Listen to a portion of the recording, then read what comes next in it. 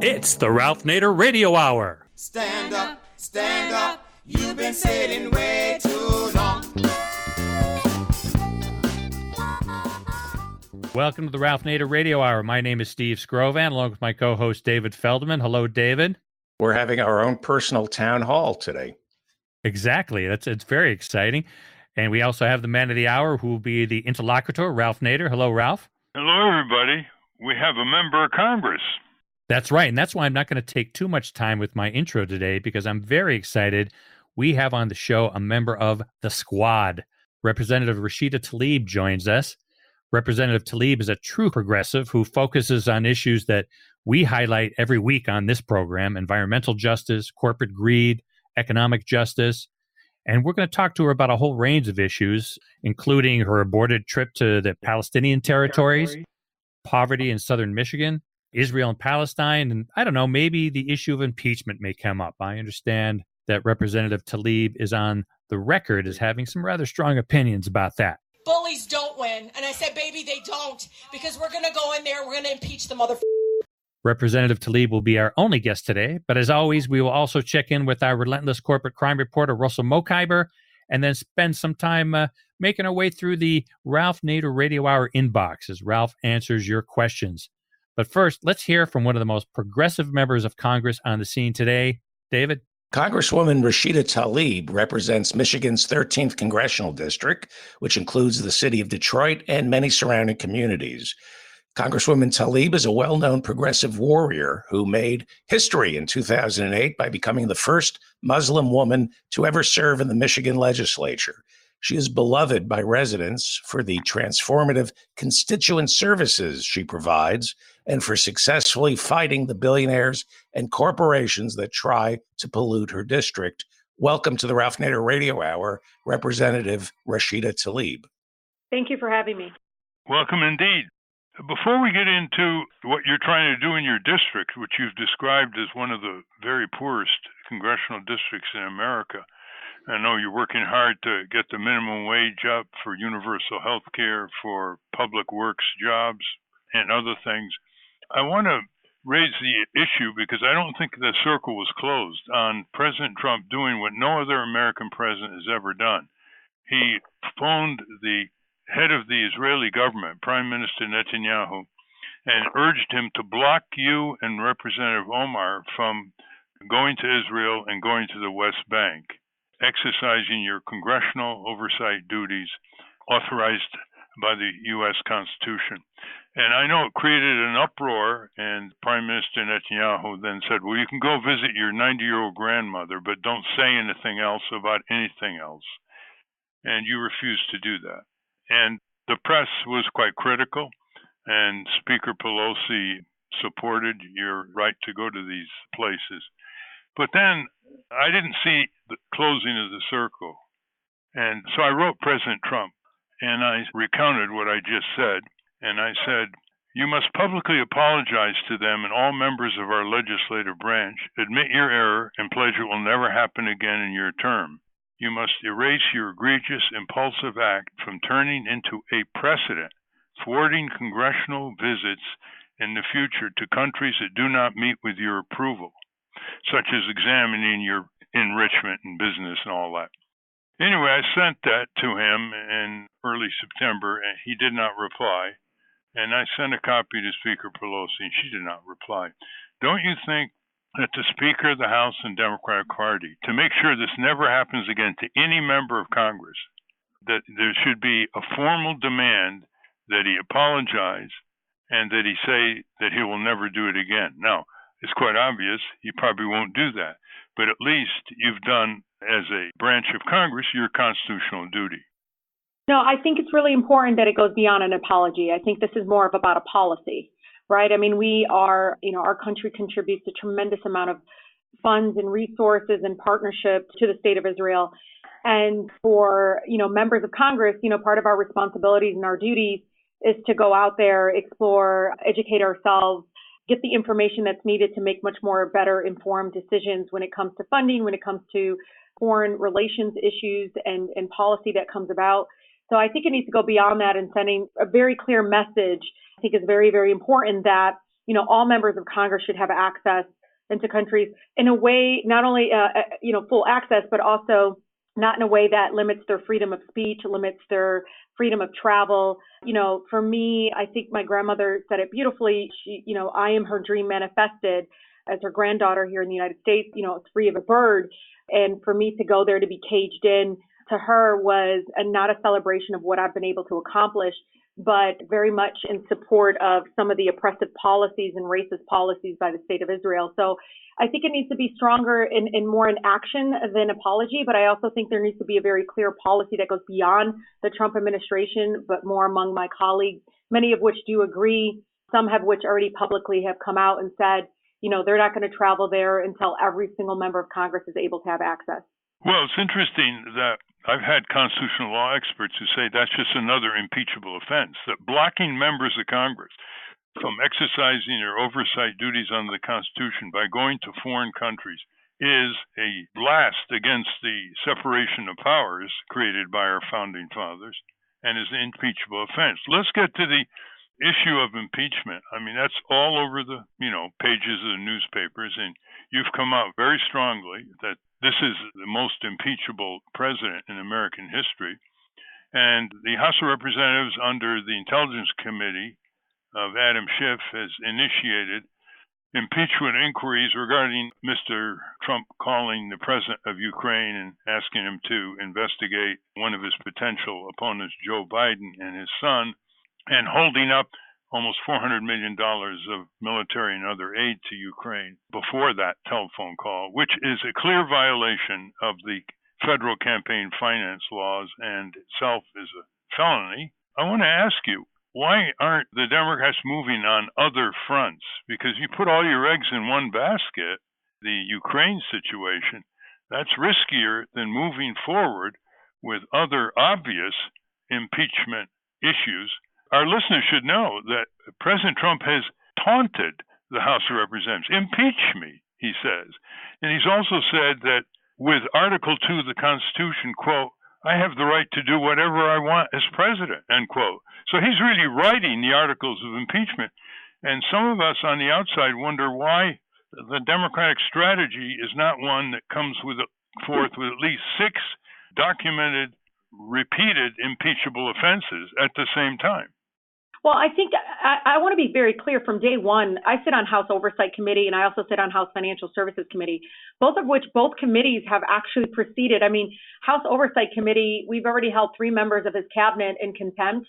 We've actually, the continuation of not abiding by congressional subpoenas.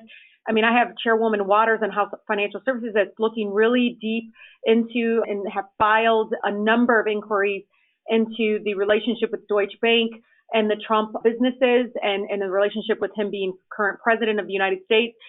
Unfortunately, I want, listeners to know this. So much is happening in these committees that is not getting covered the same way, right? We're following, true. It's true. We're following his tweets. We're correcting his tweets. We're reacting to his tweets. But in essence, the members of Congress that have been very committed before it actually became very popular to impeach this president has been talking about the emoluments clause. My residents in the 13th district elected me even though I ran on impeachment. And I said, we got an upgraded version of pay to play is what we call it here, where we have people that know the corridor into the most powerful position in the world, not just the country, is stay at the Trump Hotel, spend hundreds and thousands of dollars in the same breath that you're lobbying the administration to allow your company to merge with another cell phone company, for instance, or a foreign government trying to, again, in the same breath, lobbying our administration to look the other way on human rights violations.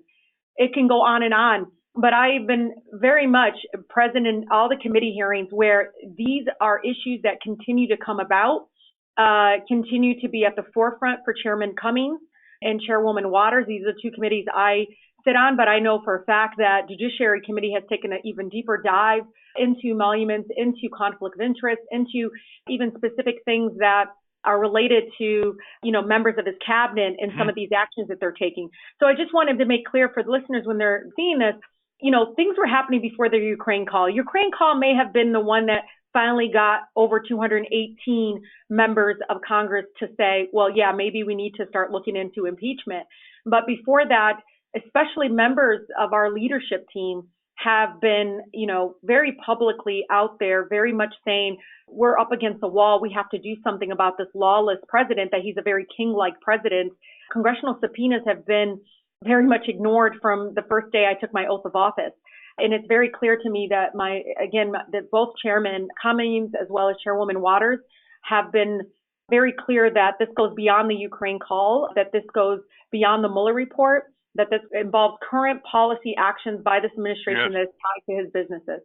Well, you're absolutely right. There are 6 functioning House committees looking into all kinds of illegalities, violation of federal statutes, violation of the Constitution. And we all hope that Speaker Pelosi will incorporate that strategy so she moves forward with a full hand, including, of course, the vanguard of the Ukraine issue. Some of these constitutional violations are actually federal crimes. For example, dragnet surveillance without judicial warrant. That's a 5-year jail term, first-class felony under the FISA Act. And I don't think the American people have been exposed to the whole range of what he has done as a presidential outlaw. I mean, he doesn't care about the law. As a businessman, he flouted the law. He's gotten away with everything. And a lot of people are being quoted back home, Representative Tlaib, as saying, why is the Congress focusing on this telephone call to the president of Ukraine? They should deal with kitchen table issues. Well, a lot of these violations are kitchen table issues. Refusing to faithfully execute the health safety laws that protect American people, protect children, that he does that as a matter of course. He's dismantling the health and safety agencies. And Ralph, just to be clear, I simplify it for my residents, and they know this. This is really about our way of life, not only our democracy, but our way of life, how decisions are being made. And we already know that corporations have tainted our democratic process already on all levels of government, not just on the federal level. But, for us, this is about our way of life and how these decisions are made. And this won't be the last crooked CEO that runs for president of the United States. So it is really about putting our democracy first, putting our way of life first. These are the same people that have been hesitating to come out talking about patriotism, in previous kinds of policy discussions. But this is the time, if you want to show your patriotism, this is the time to do it, because we do have somebody that is a president of the United States, members of his cabinet that are blatantly disregarding the United States Constitution, very much in the face of so much pain and hurt by these policies that are being made. I mean, if you look at the same companies that are making they're making profits off of detaining children in cages at the border. These are the same companies that donated to his inauguration committee, that continue to make this, profit-driven system around the inhumane treatment of immigrants at the border. All of that is so interconnected to corporate greed, which has become such a disease in our country, and now has reached the Oval Office in an unprecedented way. And so, for a lot of folks that say to me, well, Pence is not, the better choice, I say to them, but it's a dangerous precedent. We have to do something about this person now. We have to send the signal out. It's like allowing, a child to continue to misbehave and not holding them accountable or teaching them a better way. This is a president that's beyond teaching. This is a president that refuses. I mean, he has continued to say that when I took over the United States, well, sir, you don't take over the United States. You are elected. This is not a dictatorship. And so I think, the American people are waking up. And I got to tell you, I think the American people have been there already. Polls seem to me to always be dragging and behind. I think it's behind on a number of fronts when it comes to healthcare, when it comes to corporation, tax giveaways, when it comes to holding this president accountable. And, I continue to remind the public, look, polls shouldn't be leading us. We should be leading the polls, right? I mean, we should be the ones talking and educating and engaging our residents so they fully understand what is at stake here. We can't just wait until they get it. It's our responsibility as members of Congress and our duty and responsibility to help them understand and educate them that this is not only national security, but this is going to impact our way of life, from HUD to the EPA to immigration to everything that touches our lives today. Well, that's very important. To convey that, the press is not doing it. It's as if they can only handle one big story at a time, the Ukraine. But people should know that Trump is destroying the protections of your health and safety. He's unleashing polluters. He's unleashing the coal industry pollution.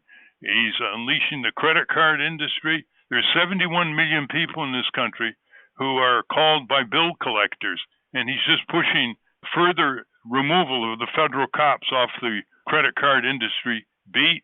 He's weakening food safety laws. He's taking away free lunches from hundreds of thousands of people. He is stripping the social safety net for children.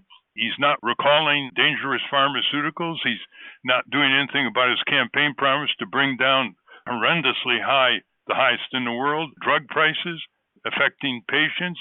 And the other day, there was a report that there are 100,000 people, mostly low income, who are exposed to silicosis in these workplaces, and he's trying to get rid of the protection there. So, listeners, if you ever hear anybody say, what's this impeachment thing?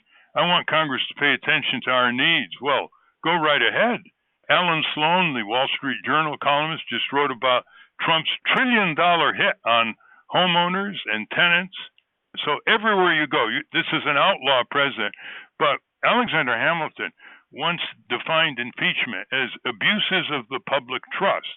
And we have here a serial sexual predator.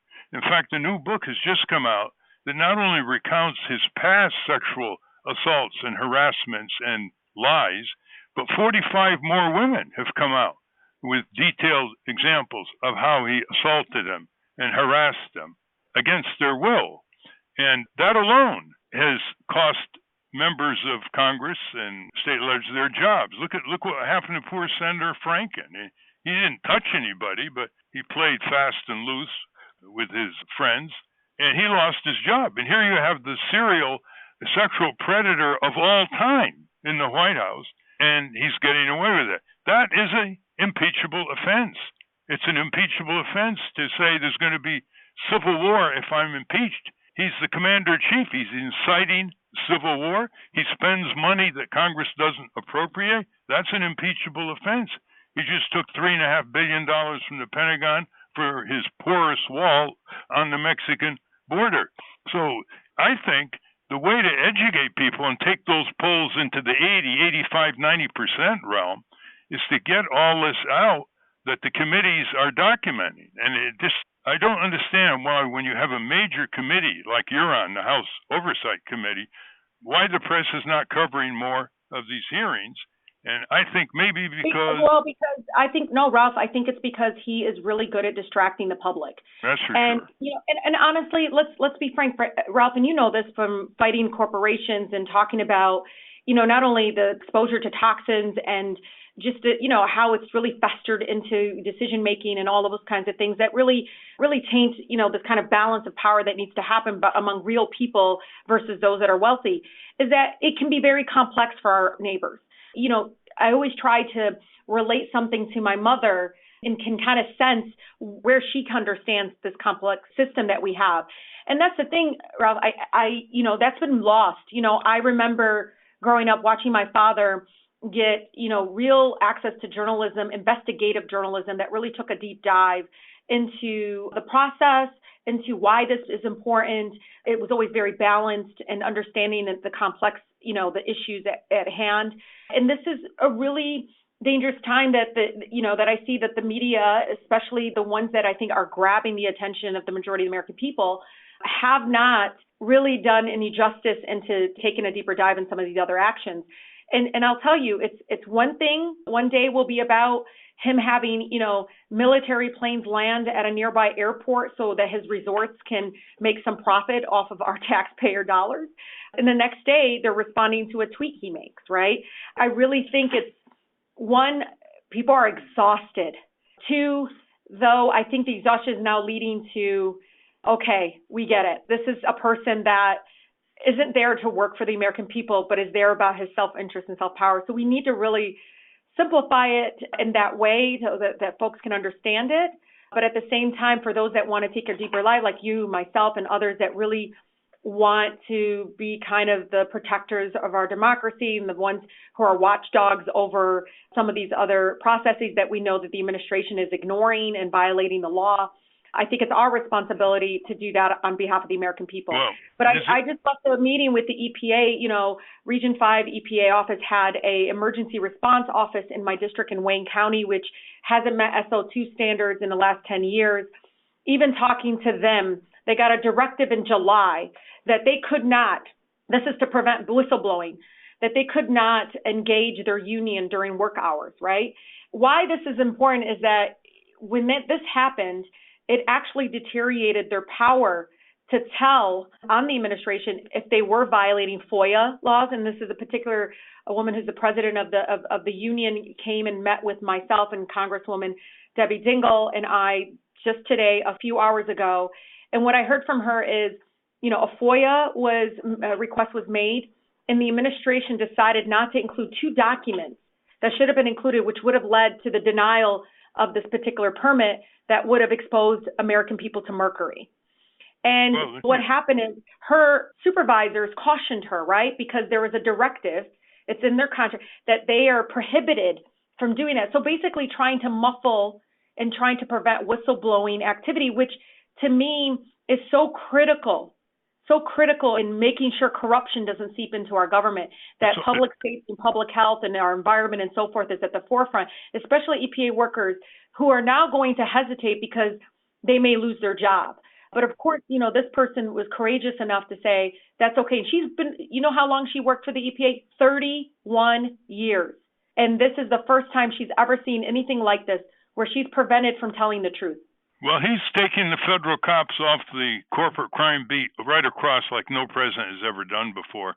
It's like a go corporate criminals, get into people's budgets, ruin their health and safety. All of this is a massive obstruction of congressionally enacted laws that say you have to enforce the law if you're president of the United States. Well, when do you think we'll see comprehensive articles of impeachment? Actually, the one that's going on today is defying congressional subpoenas for witnesses, for documents, for materials. He's telling witnesses, shut up. And that right there, that got Nixon impeached or about to be impeached before he resigned. So the obstruction of congressional investigative authority is one of the most serious impeachable offenses. When do you think we will see a comprehensive articles of impeachment put forth by the House Democrats, and then the press will cover that if it's upfront? There are articles of impeachment that have actually gone to the floor and so forth. But I think, look, the Intelligence Committee, the House Oversight Committee, we've had conference calls even during this time. They are, the subpoenas have gone out and that people are not showing up to, obviously, their required interviews and so forth. But everybody is responding. And Ralph, this is an unprecedented time. The Democratic leadership, especially my chairs of the committees I sit on, they have engaged us at all fronts, and they are telling us day by day, from taking the administration to court to holding members of his administration in contempt. But it is so unprecedented. There is even conversations about, well, even if we had to arrest people, where would we hold them? This is, again, something that we've never gone into in any time in history. We are taking this extremely seriously. But I can tell you, I hope as we push forward really aggressively that my Republican colleagues finally wake up and realize it is time for them to put their country, the safety of the American people, before their party. And they don't work for this president. They work for the United States government and for the people that elected them. And that will happen as the public opinion rises in denunciation of this outlaw president. Absolutely. And I think impeachment didn't happen because I introduced the impeachment inquiry, literally within a few weeks of getting sworn into office. Much of this is because of the demand in the streets. No transformative change has ever truly happened because of something starting in the United States Congress or out of the White House. It always happens because of grassroots movement work outside of the halls, outside of the Oval Office.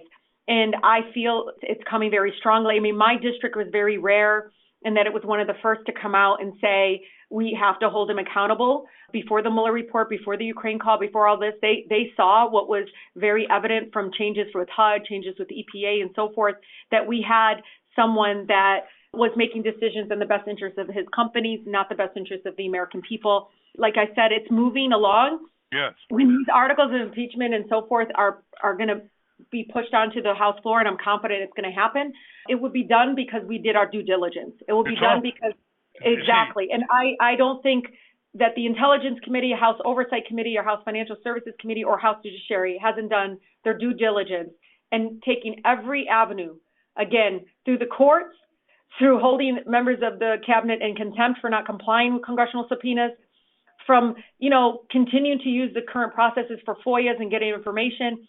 We just now are, obviously it's very clear that he will not comply, that he will continue to violate the fact that we are a co-equal branch of government. He will continue to be very lawless and king-like.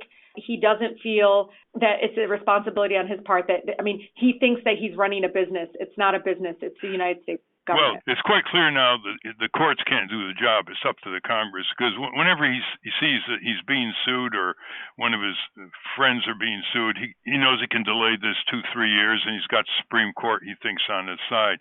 But he has often talked about wanting to make peace between the Palestinians and Israelis.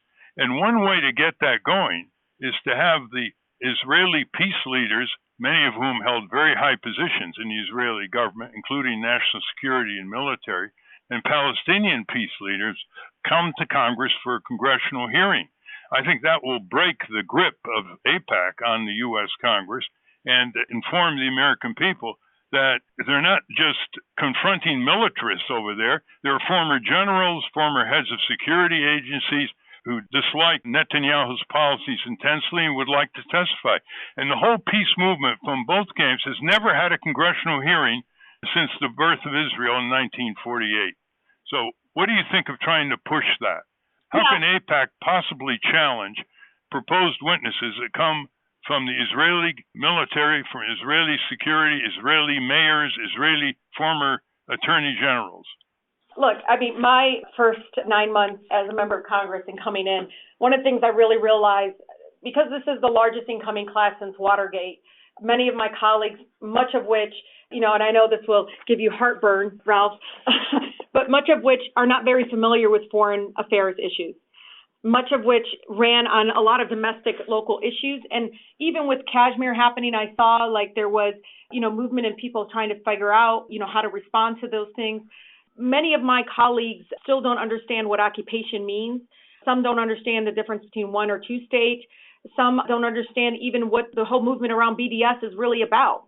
And I'm very clear about this because I've spoken to a number of my colleagues, many of which, are genuinely unaware, that are not being reached out to in regards to fully understanding that fact that our country, United States of America, hasn't truly been an honest broker when it comes to making sure that we are abiding by international human rights causes when it comes to the state of Israel. And I would say that for both Israelis and Palestinians, both of which I think have been impacted by the lack of accountability on our part in pushing and making sure that they're not continue to be oppressed. You have former Israeli veterans who have been speaking up in the opposition to the military occupation, much of which have not had any platform or opportunities to really speak truth to power in regards to that and why it's important for us, much of us. And Ralph, and I love that you are so knowledgeable about these issues. I am at a point where I need to show what the human impact is. I need to talk about mothers and my grandmother and others that are impacted directly by these policies. We need to start there. And maybe others can go to a much more aggressive process at this point, but I'm realizing things are shifting because more and more, I think young Palestinians and Israelis are now finally speaking up. They're speaking up against occupation. They're speaking up against the corruption of Netanyahu's administration, his continued disregard to even their laws there. Obviously, it's very chaotic there in regards to his leadership. This is a person that's very much in line with the Trump administration, one of the first to call and thank him for the wall, our president. Again, it is very critical, I think, that much of my colleagues are educated on what these, various policies and racism and forms of oppression that is happening in the state of Israel right now under this little fake, name or umbrella that it's a democratic state, where we already know if it's not Black Israelis or Palestinians and others that are continuing being detained, arrested, some beaten, killed, and all of that needs to be exposed. And so it is really critical that we talk about that specifically. I try not to use those terms. People don't understand what happened in 1948 or 67. But what they do understand is a child being separated from their mother and getting detained at a young age of 12 because they want to have, the economic opportunities or opportunities to quality education or be able to walk to school without, having to jump over sewage to get there. We were talking with Representative Rashida Tlaib from Detroit, and you would favor asking Chairman Engel of the House Foreign Relations Committee to consider having a hearing where Israeli and Palestinian peace leaders and peace advocates of many years standing can come and have their say after some 70 years? Well, I think to create solidarity in that many of them who came out against Netanyahu and the state of Israel denying access to Ilhan Omar and myself to come and talk to both Israelis and Palestinians about what is happening there on the ground, what the human impact is.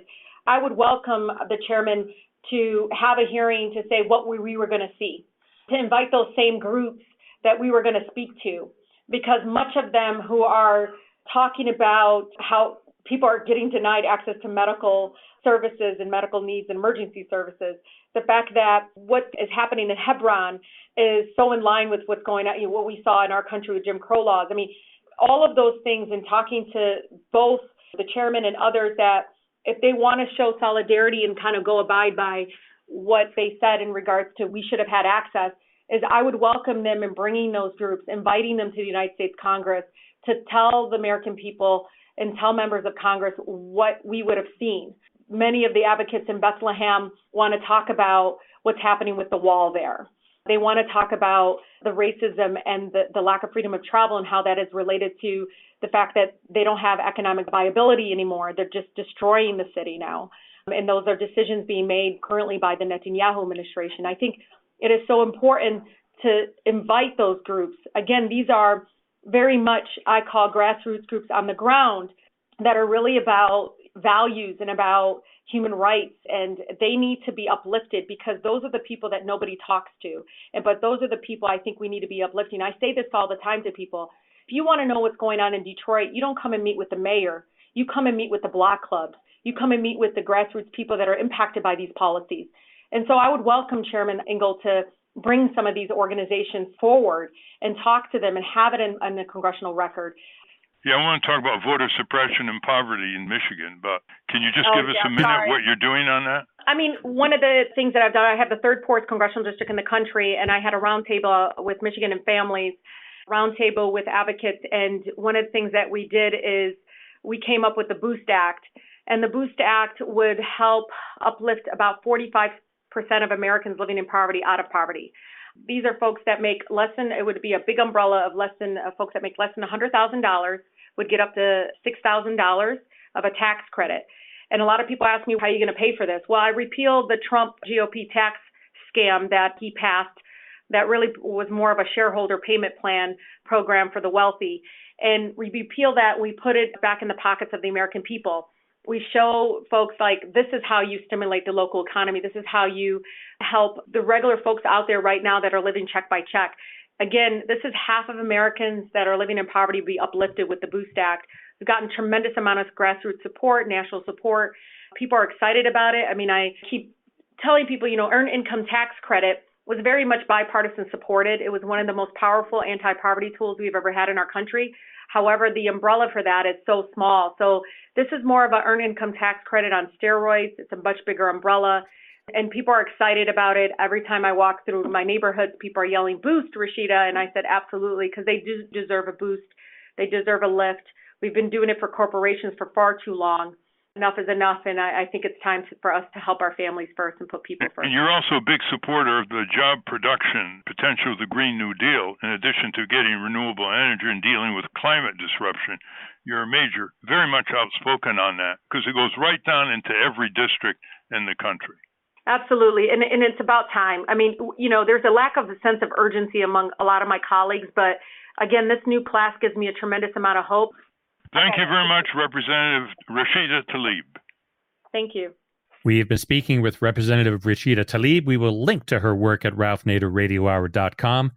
We're going to take a short break, and when we come back, we're going to work our way through some of your listener questions. You are listening to the Ralph Nader Radio Hour.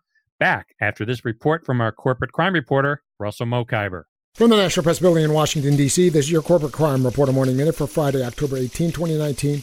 I'm Russell Mokhiber. Investor-owned hospitals are leading the fight against the creation of a comprehensive universal healthcare system. That's according to a report from MapLight and The Intercept. Tenet Healthcare, the nation's third largest investor-owned operator of hospitals, has donated nearly $630,000 to the Partnership for America's Healthcare Future, a dark money organization created last year to erode public support for Medicare for All. While the partnership's membership roster includes dozens of health insurance, pharmaceutical, and hospital trade groups and companies, much of the criticism of the effort to block Medicare for All has centered around insurance and pharmaceutical interests. But corporate records highlight the integral role that for-profit hospitals have played in drumming up opposition to healthcare reforms. For the Corporate Crime Reporter, I'm Russell Mokhiber. Thank you, Russell. We're going to go to the inbox right now. But David, first, you wanted to talk to Ralph about something. For those of us who don't have legal training, when a story comes over the transom where we're getting bits and pieces of a scandal, but the dots haven't been connected, what advice do you give to readers? How do you read the beginnings of a scandal without understanding the motivation and who all the players are? Well, you got to read a whole range of sources with all their warts. Reading the New York Times, Wall Street Journal, AP, Associated Press, Washington Post, that's one series of information flows. And then it's good to connect with the websites of Public Citizen, citizen.org, Common Cause, if it's on food, Center for Science in the Public Interest, American Civil Liberties Union. These are very detailed websites, and they can get you up to snuff pretty quickly. And then there are the progressive publications. In These Times, The Nation Magazine, The Progressive, The Washington Monthly has great articles on what's going on inside the U.S. government because they're situated in Washington, D.C. You know, you learn how to avoid the fluff and the nonsense and the falsification of reality on the internet. So you don't even get bothered by that. You don't have to filter it out and waste your time. I'm talking about the courage to be confused and not understand something. What does that mean if you're reading about a scandal and it makes absolutely no sense to you? Yeah. You should have the courage to be confused, right? And let it play out, but not lose interest. Well, you don't want to turn off if you don't quite get the information you want to grab hold of it, and so you can feel that you understand it. You don't want to turn off. I mean, turn on Democracy Now! With Amy Goodman. I mean, that parallels today's news and today's headlines, but I think it's much more accurate, and it gives voice to people who really know what they're talking about, but never get on the mass media. Right. Okay, let's do some listener questions. We got pretty good feedback from the last couple of episodes. I'll start with this one. This comes from a regular listener. He often posts on our website, David Fabian, and he says he's going back to the Professor Hugo Mattei discussion about privatizing water. He says, in your discussion about water, there was little or no mention of the state and county role in water protection and delivery. You did refer to the importance of cities, municipalities, as you talked about local control. The state and some counties in California, for example, have a bad record in water protection, which includes the ecology that packages water.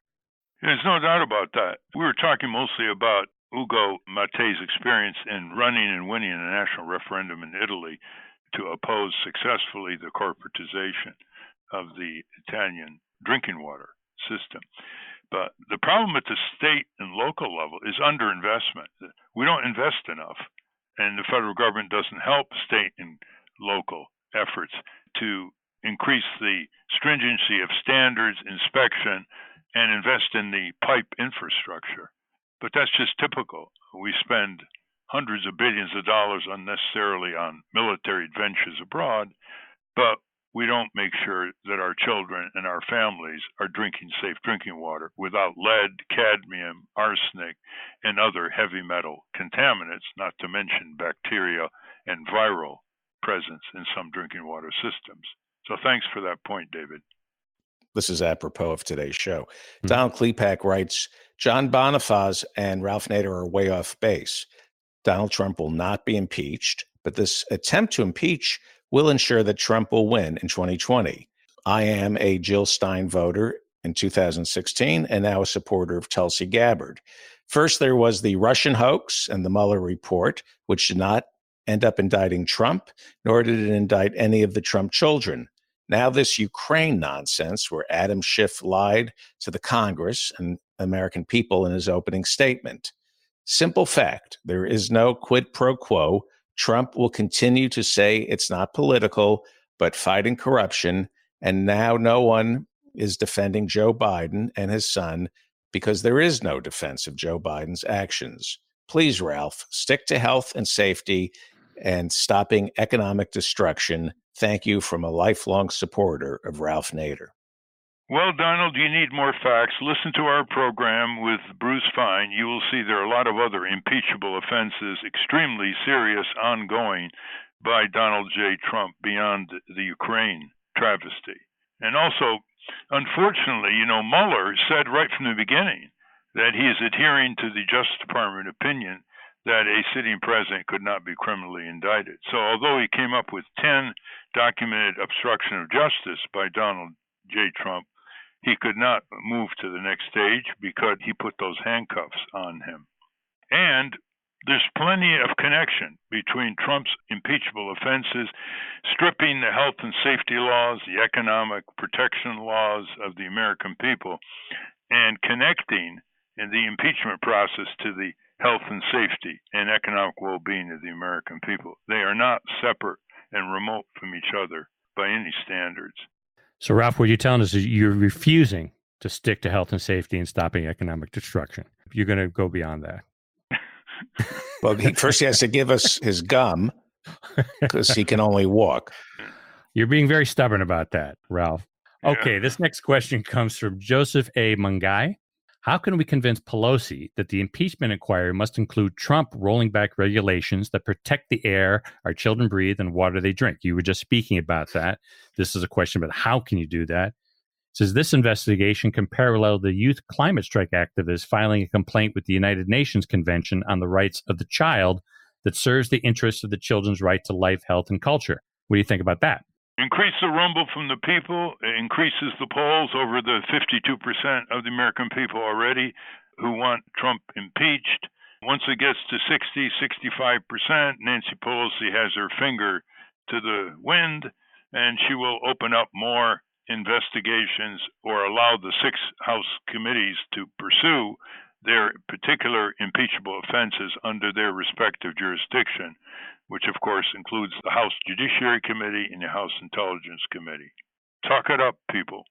It's your republic and it's your democracy. This one comes to us from Greg Farnham. Hi, Ralph. I'm just wondering why we perpetuate the sham of a system of government. If Mitch McConnell, sorry. He's not pulling any punches. No, and, he's... I'm just wondering why we perpetuate this sham of a system of government. If Mitch McConnell can stop any meaningful bit of legislation that is before him, why do we even go through the motions? And if defeating him would change that, why don't we throw all of available resources to defeat him in the upcoming elections? Greg, good double question. The first one, obviously, is that Mitch McConnell, once he realizes that it's either the Republican senators up for re-election in 2020 or Donald Trump, he will choose the Republican senators and separate himself more from Donald Trump. And the second, on defeating him, there is a very good citizen group underway. They have organized this already in Kentucky. It's called Ditch Mitch. It's got a website, the Ditch Mitch Civic Movement, not connected to the Democratic Party, to defeat McConnell, who is a very bad campaigner and has always won in Kentucky because of the weakness, default, and cowardliness of the Kentucky Democratic Party. He is being opposed by a former jet fighter pilot, Miss McGrath, and if she stands tall for the well-being of all Kentuckians, liberal, conservative, where they support each other on so many issues like living wage and universal health insurance and cracking down on corporate crime, ripoffs, and abuse, she should defeat him handily. Very good. Thank you for that question, Greg. This next one comes from Mary Williams. She wants to talk about skyrocketing homeowners insurance. She writes, California Fair Plan just more than doubled their insurance premiums for California homeowners. I just received my homeowner's insurance bill from the California Fair Plan. The last several years, it was $3,800. They just sent me my new bill for $8,500, more than double. My insurance agent says they are doing the same to everyone. Thought you might want to know about this. Well, complain to the California Insurance Department and contact in Santa Monica the group run by Jamie Court that gets a lot of media in California and has specialized in fighting abuses of the property casualty insurance industry. It's called Consumer Watchdog, probably consumerwatchdog.org, and tell them about this.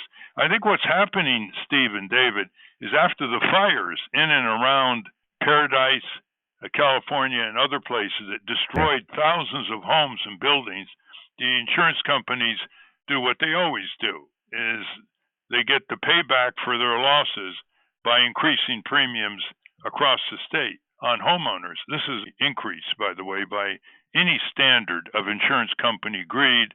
You get Consumer Watchdog mobilized on this, you'll see action. Very good. Thank you for that. Aren't they finding that a lot of homeowners from Paradise who are entitled to a settlement from PG&E, they're not collecting it because they feel that if they take money, it'll be taking money out of the hands of people who really need it? A few have said that, which is quite commendable. Touching.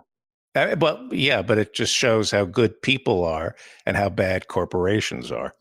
They have different motivations, don't they? Yeah. Yeah. Barbara Hensley writes, Dear Ralph, in reading Ruth Bader Ginsburg's book, her autobiography, My Own Words, I came across a bit of information I would like to share with you and ask you what you think. Justice Ginsburg said in her book that Justice Sandra Day O'Connor created a website called iCivics, www.icivics.org. It is designed to educate school students about the three branches of our government. I thought this website might also be helpful in educating adults as well. What do you think? We've been in touch several years ago with former Justice Sandra Day O'Connor. She's done great work in her retirement on this. The website is icivics.org, and she wants millions of Americans who can't afford legal representation for their cases or being accused under the criminal justice system to have competent lawyers. She's made some of the best speeches I've ever heard on that subject, and she's a Republican. So go to icivics.org. It's very usable information. This is from Ruben Yancey. Thank you so much for your incredible career. You are a true patriot. My question, Pelosi has a profound relationship with her party's ultra-wealthy donors. In fact, they were mentioned in her acquisition of her Speaker of the House position. They are blocking every progressive policy, including the sabotage of Senator Sanders' candidacy. But they are never mentioned as a factor in the party's political calculations. Don't the wealthy use the party to protect their massive investments in everything? Thank you, Ruben Yancey. Well, Ruben, it's not true they're never mentioned as a factor in the party's political calculation. I've been associated with a number of presidential campaigns, and I've mentioned this in 50 states again and again, among other critics of the Democratic corporate power that has raised tons of money from Wall Street, sometimes more than the Republican candidate like John McCain. Obama raised more money from Wall Street and other major contributors such as the health insurance industry, the drug industry, even the oil industry. And as far as don't the wealthy use the party, the Democratic Party, protect their interests? Of course. That's the problem that has blurred the difference on too many issues between the Republicans and Democrats, apart from their differing rhetoric on the military-industrial complex, on the military budget, on the corporate welfare, hundreds of billions of dollars of disbursements to bail out and subsidize corporations. So your question is right on. And Nancy Pelosi, she doesn't like to talk about it, but she's raised a lot of money for a lot of congressional candidates in her party from the big donors who know how to extend a quid pro quo in their check writing. I have a question. I was reading one of your columns this week. Did you endorse Elizabeth Warren? No. Sort of, kind of? No, I just referred to what she said. Okay. I was wondering if it was like a subtle endorsement. No, she's the only one. I mean, she says structural reform and Bernie says revolution. And I think structural reform was more appropriate for the column. Okay. Poor Bernie, it's a heart attack now. However, You see the New York Times, there's one doctor saying he should just step back because it's too much pressure. Another doctor says nonsense. There are all kinds of people who have these heart attacks and they become just as vigorous in their pursuit of their occupation or profession. It's interesting contrast. Yeah. All right. This next question comes from Mark Erickson, and he says, Ralph, the recent development in the Hong Kong protests made me think of your show from a few weeks ago about anonymity in public discourse. Can you discuss any connection there might be between what was said on that show and the Hong Kong law preventing the wearing of masks, an obvious attempt to surveil, identify, collect data on, and ultimately subvert dissent? Well, it's apples and oranges in a way. I mean, the demonstrations to preserve the rule of law and civil liberties in Hong Kong are on the ground and being confronted by the police. And there have been rallies, apparently, of over 1 million people, which is unheard of in a city of some 5 million. But the anonymity we were discussing with Professor Robert Fellman at the University of San Diego Law School was just vicious, lying, defamatory speech, wild statements with no foundations that people, most of them, would never put on the internet if they had to attach their name to it. And so it's not really a parallel situation. In terms of the masks, there's obviously a strong argument by the protesters because now they have all kinds of facial recognition systems and databases and can be real trouble. The police, of course, is saying, well, there are some real criminals in the mass here. They're looting, etc. We don't want the masks to be allowed. This is a very important struggle going on in Hong Kong, and Beijing has got to be very, very sagacious in the way they treat it, because if they send in the soldiers and try to suppress it the way they did at Tiananmen Square, it's going to spread throughout China. And that's one reason for the heads of China are exhibiting some restraint. But they already have 12,000 soldiers in Hong Kong ready in case the Hong Kong police can't contain the protesters. Ralph, I know you're a basketball fan. What did you think of the NBA's?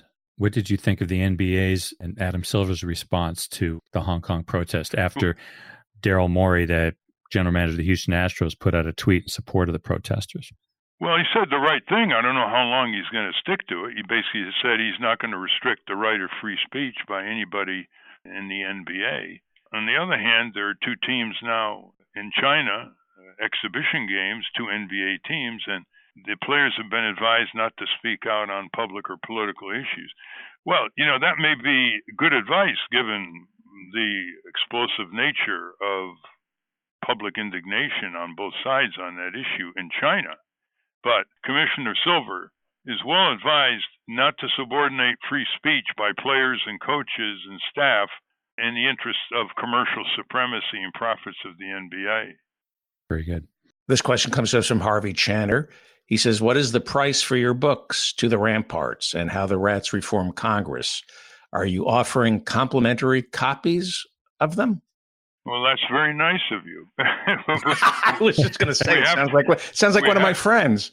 Well, the Ramparts book is published by Seven Stories Press, and it's in bookstores and online. And so we don't have anything to do with administering that project.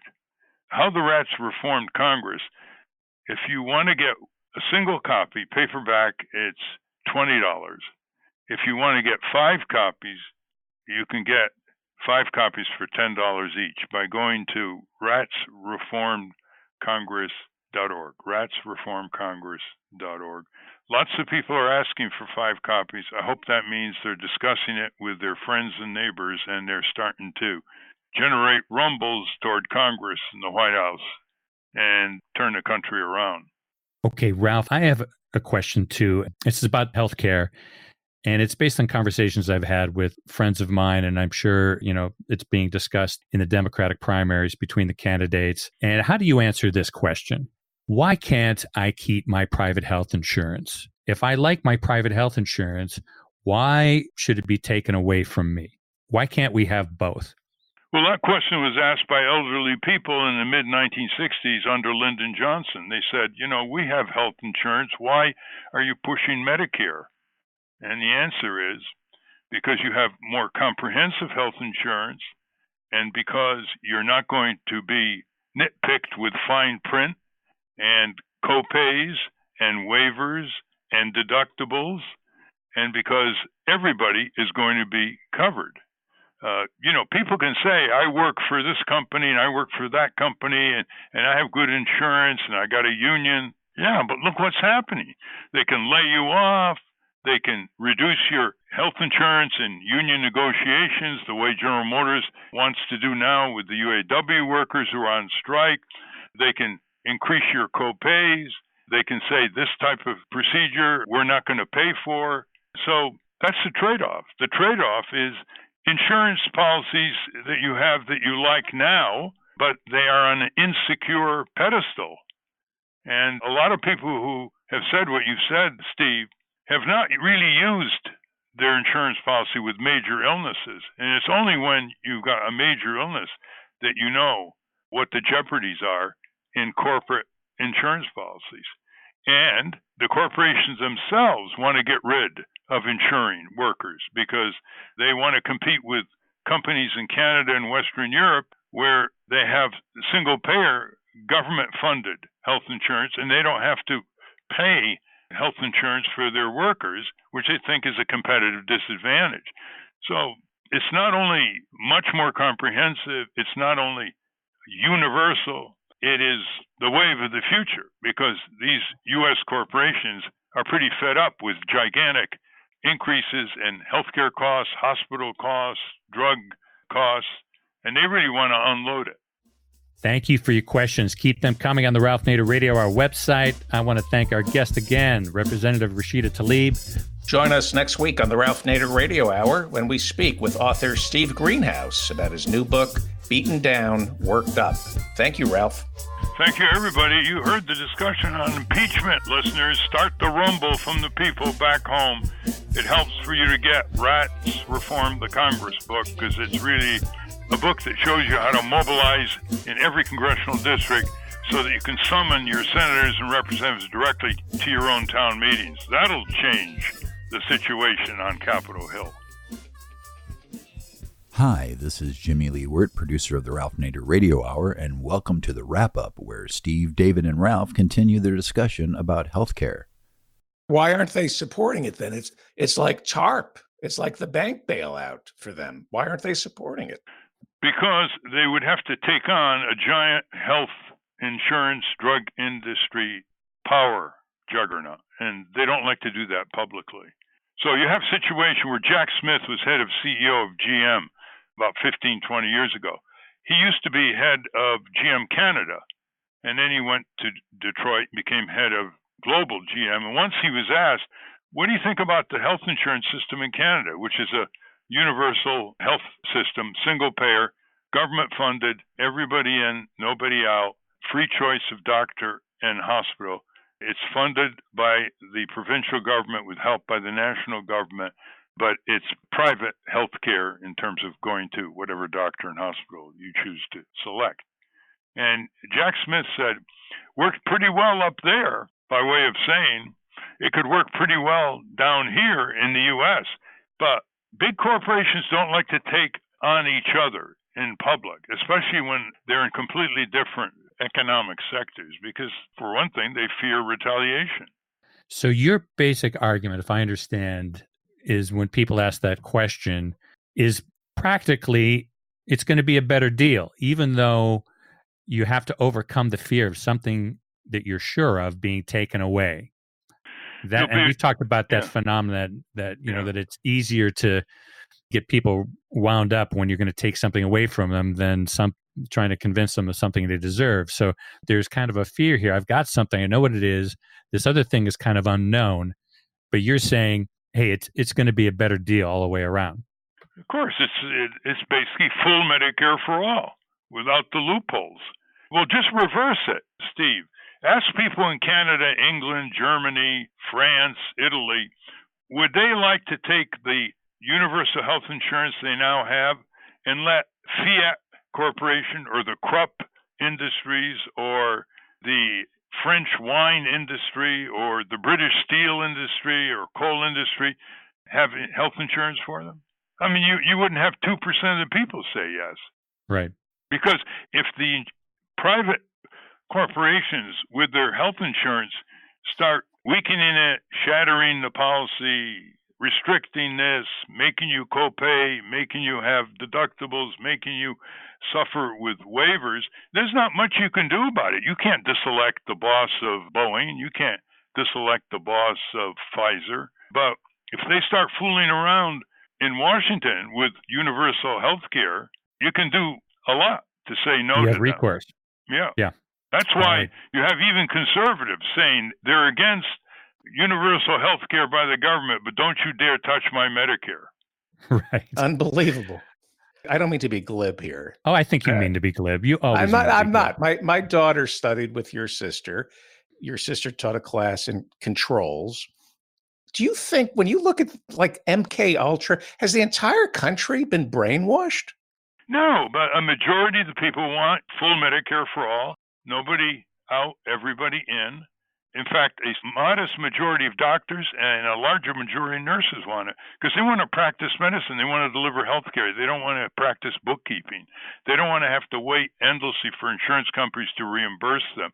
They don't have to hire one clerk for every doctor to take care of the immense paperwork and the complexity of a system run riot with profit and greed. And that's a wrap. Join us next week when we speak to journalist Steve Greenhouse about his new book, Beaten Down, Worked Up. Until next time. Stand up, you've been sitting way